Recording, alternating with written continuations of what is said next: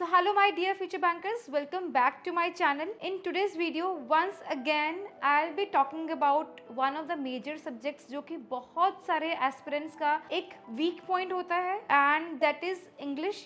मुझे बहुत सारी क्वेरीज आती हैं ma'am how to deal with English. वैसे तो मैंने बहुत ही अच्छे से अपनी स्ट्रैटेजी में एक्सप्लेन किया हुआ है कि मैंने अपनी इंग्लिश को कैसे किया था, बट वहाँ पे जो मेन पॉइंट था ना कि मेरी इंग्लिश पहले से अच्छी थी, है ना। But in this video I will be telling you कि कैसे जिन स्टूडेंट्स की अच्छी नहीं होती है उनको कैसे टैकल करनी चाहिए इंग्लिश की जो मेजर पॉइंट्स हैं या फिर माइनर मिस्टेक्स हैं, है ना। तो सबसे पहले अगर मैं इंग्लिश के सिलेबस की बात करूं तो इंग्लिश में कुछ मेजर सिलेबस नहीं है। इंग्लिश इज अ लैंग्वेज, ठीक है, उसको हम ग्रेजुअली ही उसके ऊपर होल्ड ला सकते हैं, बट इसमें जहाँ पे हम maximum number of marks gain कर सकते हैं वो एरियाज कौन कौन से होते हैं, reading comprehension, para jumbles and errors. अगर हमारी ये तीन चीजें स्ट्रॉन्ग हैं बाकी सारी चीजें दे विल फॉलो। कौन कौन सी चीजें, जैसे कि sentence improvement, cloze test, fill in the blanks, ये सब अपने आप इम्प्रूव हो जाएंगे अगर हमारा रीडिंग कॉम्प्रिहेंशन अच्छा है, अगर हमारे पैरा जम्बल्स अच्छे हैं। इनफैक्ट अगर मैं आपको यहाँ पे एक चीज और बताऊं कि आपका पैरा जम्बल्स भी अपने आप अच्छा हो जाएगा अगर आपको रीडिंग कॉम्प्रिहेंशन पढ़ना आ गया और अगर आपको रीडिंग कॉम्प्रिहेंशन को अटेम्प्ट करने का सही तरीका पता चल गया। I have told this in my previous videos, I have been telling you all this while to all the aspirants जो भी मेरे से ये क्वेरीज पूछते हैं कि ma'am how to solve RC,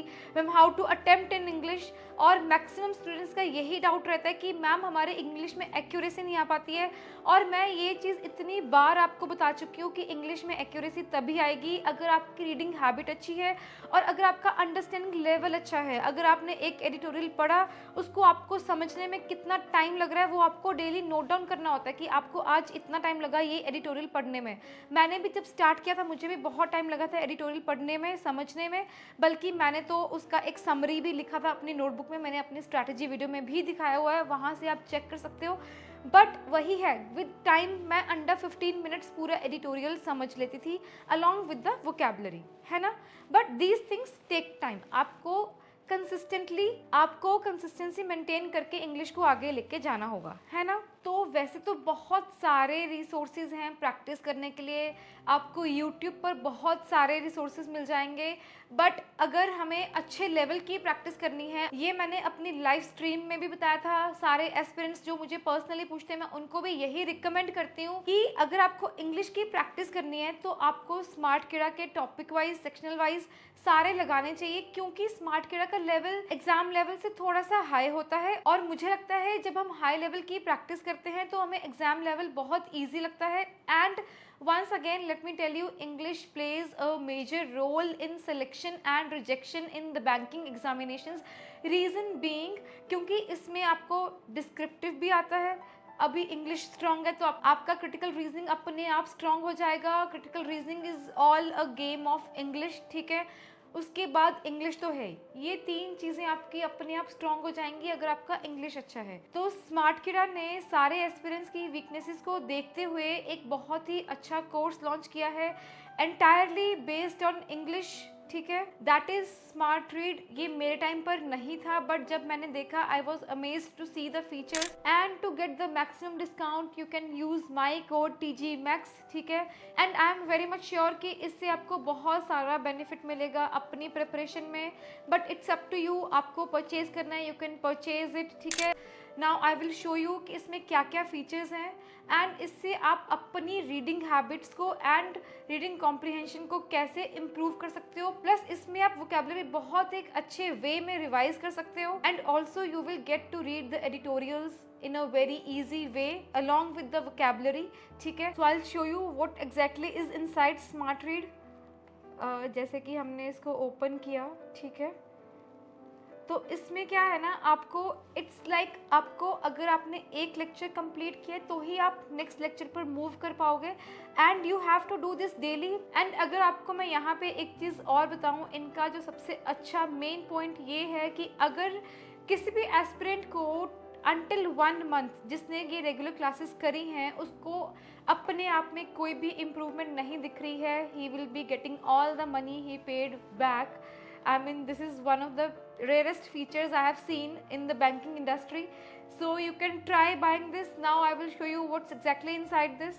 so this is smart read and इसमें क्या है, आपको अगर आपने एक चीज़ अटेम्प्ट करी है तो ही आप आगे बढ़ सकते हो, उसके पहले ये सारे लेक्चर्स लॉग्ड रहेंगे। ड्रिल नंबर 1 मैंने ट्राई नहीं किया, लेट अस ट्राई टुगेदर, ठीक है। Okay, so we'll read the instructions first. Smart read course, mastery of vocabulary, RC and critical reasoning skills. देखो यहाँ पे इन्होंने मेंशन भी किया है, क्योंकि critical reasoning plays a major part. अगर आपका इंग्लिश स्ट्रॉन्ग है तो ही आपका क्रिटिकल रीजनिंग स्ट्रॉन्ग होएगा, ठीक है। Vocabulary introduction, vocabulary quiz, passage reading, passage question solving, यही सब जो इंग्लिश की आपको एग्जामिनेशन में आता है वो सब आपको एक ईजी वे में इन्होंने बताया हुआ है, ठीक है। तो एग्रावेट, वैसे इसका मुझे मीनिंग पता है, ये एक्चुअली अगर मैं आपको बताऊं यहाँ पे, ये बहुत ही एक कॉमन वर्ड है जो हमें बैंकिंग एग्जामिनेशन में देखने को मिलता है। एग्रावेट मतलब आपका पेन बढ़ रहा है, ऐसे करके कुछ होता है। मीनिंग इज मेक वर्स, हाँ राइट। तो इसमें आपको synonyms, antonyms and roots to remember ये सब मिल जाएगा, ठीक है। स्पोरेडिक भी बहुत इंपॉर्टेंट वर्ड है, ये मैंने अपनी बैंकिंग में पढ़ा था, मुझे इससे पहले ही पता था। मतलब विच इज़ नॉट कंटिन्यूस, जैसे कि हम कहते हैं कि गन शॉट्स हैं वो स्पोरेडिकली शॉट हो रहे हैं, कुछ ऐसे था। एस्मा में रन इन फैमिलीज और में इवन अकर स्पोरेडिकली मतलब क्या है यहाँ पे, हाँ, which happens to appear often but not constantly और रेगुलरली, राइट। इसमें भी आपको ठीक है। सो नेक्स्ट वर्ड क्या है, ऑब्स्ट्रक्शन मतलब कि रुकावट किसी चीज़ में लेके आना, हिंड्रेंस, ठीक है। उसके बाद है नॉन इन्वेसिव मतलब इसमें अगर आप देखें ना तो इसमें हिंदी में भी लिखा हुआ है, अगर किसी की प्रोनाउंसिएशन गलत है तो उसके लिए बहुत अच्छा हो जाएगा, ठीक है, यहाँ से। और प्लस मतलब वैसे everything is available on Google, but अगर आपको सब कुछ यहाँ पे मिल रहा है, हमें टाइम वेस्ट नहीं करना है। बेसिकली बैंकिंग एग्जामिनेशंस में क्या होता है, टाइम इज मोर इम्पॉर्टेंट। तो हमें सब कुछ एक प्लेटफॉर्म पर मिल रहा है तो हमें इधर उधर भागने की जरूरत ही नहीं पड़ेगी, राइट। तो ओके, नॉन इन्वेसिव, इसकी आप प्रोनाउंसिएशन भी देख सकते हो। इसका मतलब क्या होता है, जो कि एक्सटर्नली होता है, सरफेस लेवल पर होता है ना, ठीक है। ऑल डन मतलब यहाँ पे 4 ही वर्ड्स एट ए टाइम है, ताकि आप ज़्यादा टाइम के लिए इनको रिटेन कर पाएँ। तो अभी इसको क्या करना है, ठीक है, नेक्स्ट करते हैं। अच्छा, यहाँ पे भी क्वेश्चन स्टार्ट हो गए हैं, ठीक है। Okay, action of making a situation worse मतलब एलिविएट, है ना। देखो अब यहाँ पे मैंने जल्दी कर दिया, एग्रावेट मेरे दिमाग में था लेकिन मैंने ऑप्शन देखते एलिविएट कर दिया। एलिविएट तो होता है कि कम करना किसी चीज़ को, है ना। Let me check it once. तो एग्रावेट वही होता है कि टू मेक समथिंग वर्स, तो मैंने गलत टिक कर दिया तो वो गलत हो गया। अभी इन्होंने लिखा है you will see this question again. इसका मतलब ये है कि जब तक हमारा ये क्वेश्चन सही नहीं होगा ये बार बार रिपीट होता रहेगा। This is one of the ways जिससे कि हम अपनी वोकैबुलरी को स्ट्रॉन्ग कर सकते हैं। बहुत सारे एस्पिरेंट्स हैं वो मेरे से पूछते हैं कि मैम वोकैबुलरी को कैसे स्ट्रॉन्ग करना है। This is the way. So next question, sporadic has the same meaning as continuous, no, occasional, right, yes. और एक चीज़ यहाँ पे मैं अगर आपको बताऊँ ना कि जो आंसर सही है वो वहीं पे ऊपर आपको आ जा रहा है कि दिस इज़ राइट। कई बार क्या होता है, हमने अटेम्प्ट कर दिया, ठीक है, हमने तीर तुक्के लगा दिए सारे, उसके बाद हम खुद भूल जाते हैं कि हमने वो सही हो जाते हैं। सही वाले क्वेश्चन जब हम एनालिसिस करते हैं हम देखते नहीं है, तो जो तीर तुक्के वाला आंसर होता है वो सही हो जाता है और हम फिर बाद में भूल जाते हैं, है ना, कि ये तो हमने हिट एंड ट्रायल से सही किया था, बट हम उसको चेक नहीं करते हैं। But this is one of the good things कि आपको सामने ही पता चल जाएगा, जो सही है वो भी, जो गलत है वो भी आपके माइंड में बैठ जाएगा, है ना। ओके, सो ये करेक्ट स्पेलिंग वाला भी हमें एग्जामिनेशन में बहुत देखने को मिलता है कि इसका कौन सा स्पेलिंग सही है, कौन सा स्पेलिंग गलत है। तो ये भी आपके लिए एक अच्छी चीज़ है। Sporadic, yes. Next, correct spelling obstruction, ये रहा ऑब्स्ट्रक्शन, ठीक है। इन द फॉलोइंग सेंटेंसेज बोल, ठीक है यार, ये भी बहुत अच्छी चीज़ है। ये मतलब आपको एक ही चीज़ में, it's like a sectional mock test अपने आप में। मतलब आपको इसमें सारे वो क्वेश्चंस हैं जो बैंकिंग एग्जामिनेशन में आपको पैटर्न मिलते हैं देखने को, जैसे कि ये इंटरचेंज वाला मिलता है, फिल इन द ब्लैंक्स होती हैं, स्पेलिंग मिस्टेक्स होती हैं और वोकैबुलरी तो होती है ना। तो इसमें हमें इंटरचेंज करना है या फिर, ठीक है। The doctor explain that a non invasive procedure could help identify any aggravate, ये तो गलत लग रहा है ना, बी तो नहीं आएगा। In her arteries which is left untreated could aggravate, हाँ, तो बी और सी का ही हमें लग रहा है, मतलब हाँ सॉरी डी और बी का, राइट सही हो गया। 4 ऑल्टरनेटिव्स, ये भी ठीक है, हाँ ये भी आता है कि 1 वर्ड की इसका पूरा एक 1 वर्ड क्या होगा, ये भी आपको एग्जामिनेशंस में देखने को मिलता है। A medical procedure that involves non invasive, into the body है ये, introduction of instruments into the body, तो ये पेनिट्रेटिव हो जाएगा। नॉन इन्वेसिव होता है सिर्फ एक्सटर्नल लेवल पर, है ना। ये देखो, अब ये जैसे आपने वर्ड पढ़ा नहीं था पेनिट्रेटिव, बट यहाँ पे है। अगर शायद कोई और एस्पिरेंट होता या फिर मैं ही होती, मैं ध्यान से नहीं पढ़ती तो मैं नॉन इन्वेसिव पे क्लिक कर देती, अगर मैं वो क्वेश्चन ध्यान से ना पढ़ती। The doctor prescribed medication to dash the patient's pain, to alleviate the patient's pain, कम करने के लिए, है ना। Which the following images will represent obstruction, मतलब कि रुकावट, हिंड्रेंस, ठीक है, ये आ जाएगा। Construct which statement is below is contextually incorrect, aggravate का कौन सा ये है, ठीक है। अब पता क्या है कि अगर मैं इस टेस्ट को ख़त्म भी करना चाहूँ कि वीडियो लंबा ना जाए, तो भी मैं ख़त्म नहीं कर पाऊँगी, क्योंकि ये क्वेश्चंस बार बार रिपीट होते रहेंगे अगर मैं गलत करूँगी।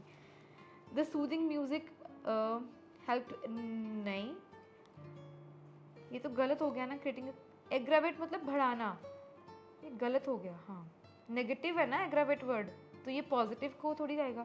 You need to maintain a dash exercise routine to stay fit regular, ठीक है, इजी है। Which of the following is an antonym to the word non invasive, invasive surface level, तो वही था, इन्वेजिव ही हो गया, ठीक है। Which of the following is the antonym of the word aggravate, alleviate हो गया। The non-invasive procedure allowed the doctors to monitor the patient's heart. तो सही है। Rita has got 3 stitches, ये भी सही है।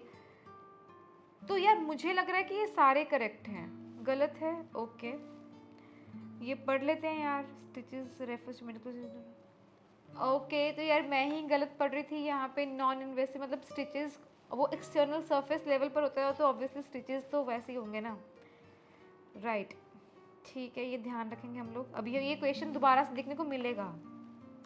इन questions given below out of the 4 alternatives choose the one which can be substituted for the given word and sentence, ठीक है। Something occurring irregularly और इन स्कैटर्ड, ठीक है, ओकेजनल आ जाएगा, right. The action of making a situation worse मतलब एक्सेसरबेट, है ना। यार कुछ लोग इसकी प्रोनाउंसिएशन गलत बोलते हैं, तो इसका ध्यान रखना, ठीक है। ये बहुत इंपॉर्टेंट वर्ड है वैसे एग्जामिनेशन के लिए, बैंकिंग के।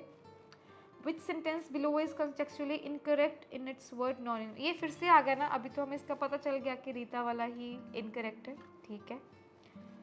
सिनोनिम फॉर नॉन इन्वेजिव मतलब कि जो एक्सटर्नल लेवल पर होता है, ठीक है। The doctor suggested a dash method to diagnose a problem without needling, हाँ फिर से नॉन पेनिट्रेटिव हो जाएगा। एक ही वर्ड के आपको डिफरेंट वर्ड्स मिल रहे हैं इसमें, आपको ये आपको डिस्क्रिप्टिव में भी हेल्प करेगा वैसे। नॉन इन्वेजिव मतलब जो ऊपर ऊपर से हो रहा है, ये वाला हो जाएगा, ठीक है। करेक्ट स्पेलिंग, एग्रावेट फर्स्ट वाले सही है, ठीक है। The fallen tree caused a major dash on the road, blockage भी हो सकता है, हाँ वही मतलब ऑब्स्ट्रक्शन नहीं हो गया, ब्लॉकेज का दूसरा वर्ड है obstruction, has the same meaning as hindrance, right. 8 questions बचे हैं। The opposite of sporadic is continuous हो जाएगा, है ना। रिलेंटलेसली भी हो जाएगा, right. Pavitra watches IPL matches off and on, it means he watches this matches off and on, मतलब रेगुलरली तो नहीं होगा, स्पोरेडिकली ही होगा, है ना। Which sentence below is contextually incorrect, sporadic का, ठीक है। स्पोरेडिक का मतलब क्या होता है, रुक रुक के, ठीक है। अभी हमें वो वर्ड, वो वाला क्वेश्चन देखना है, मतलब वो वाला सेंटेंस देखना है जहाँ पे कुछ ऐसा होगा कि जो चीज़ कंटिन्यूसली होती है, क्योंकि यहाँ पे इनकरेक्ट पूछा है। अपीयरेंस ऑफ कॉमेट, ठीक है। Sporadic outbreaks of violence have been reported in the region, the company experience sporadic growth without through the year leading to fluctuations in revenue, all teachers assign sporadic homework through the week ensuring the students, ये आ जाएगा ना, क्योंकि यहाँ पे लिखा कि सारे टीचर्स ने स्पोरेडिक होमवर्क नहीं कंटिन्यूस होमवर्क दिया, इंश्योर करते हुए ये कि स्टूडेंट्स के पास एक स्टडी वर्कलोड है, done. Which sentence below is incorrect, ठीक है। ऑब्स्ट्रक्शन मतलब क्या होता है, ब्लॉकेज, हिंडरेंस। अभी हमें वो देखना है कि जो कंटिन्यूस बह रहा है, मतलब बह रहा मतलब जो भी आप समझ गए ना, due to the obstruction of the view, ठीक है, ये तो सही है। The doctor recommended surgery to remove the obstruction in the patient's artery, ये भी सही है। The fallen tree created an obstruction on the hiking trail, blocking the path for hikers, सही है। The obstruction of the passage given in the book helped me understand it quickly, ये गलत है ना, obstruction थोड़ी, ये तो flow of the passage होगा। ठीक है। obstruction का opposite क्या हो जाएगा, मतलब clearance, हाँ clearance हो जाएगा। Aggravate has the same meaning as exacerbate, मतलब किसी चीज वर्स करना किसी चीज़ को। 2 क्वेश्चंस बचे हैं। Ramu was bitten by a street dog, Ramu's mother applied some dust on the dog bite area, what did she do, उसने क्या किया, पेन को कम किया, है ना, एलिविएट द पेन, क्या, क्यों। एक सेकेंड, क्वेश्चन दोबारा आएगा, मुझे क्वेश्चन शायद मैंने ध्यान से नहीं पढ़ा। Something that blocks progress, hindrance, ठीक है। रामूज मदर, अच्छा डस्ट ऑन द डॉग, यार मैंने दिमाग में ये सोचा कि मेडिसिन अप्लाई किया होगा, तो उसने एग्रावेट द वुंड कर दिया, ठीक है। अभी ऐसे ही आपको आरसी आएगा एक, हमें आरसी को अटेम्प्ट करना है। अभी इसमें जो एक अच्छी चीज़ है वो आप ये कर सकते हो, अपनी रीडिंग को ट्रैक कर सकते हो कि आपको कितना टाइम लग रहा है। जैसे स्टार्ट आप मतलब दैट इज़ आप एडजस्ट कर सकते हो कि आपको पैसेज रीडिंग के लिए कितना टाइम चाहिए। स्टार्टिंग में आप 4 मिनट्स भी रख सकते हो, 3 मिनट्स भी रख सकते हो, उसके बाद क्वेश्चन आंसरिंग का टाइम भी आप मैनेज कर सकते हो, और ग्रेजुअली इसको कम करने का ट्राई करना है हमें, है ना। अभी हम 4 मिनट्स रखते हैं, ठीक है, मतलब वही है, आपको पैसेज पढ़ना है, उसके बाद क्वेश्चंस को मैं अभी ये पूरा करके नहीं दिखा रही हूँ, ठीक है। अभी जैसे पैसेज पढ़ लिया, उसके बाद सारे क्वेश्चंस हैं, ऐसे 10 क्वेश्चंस आएंगे।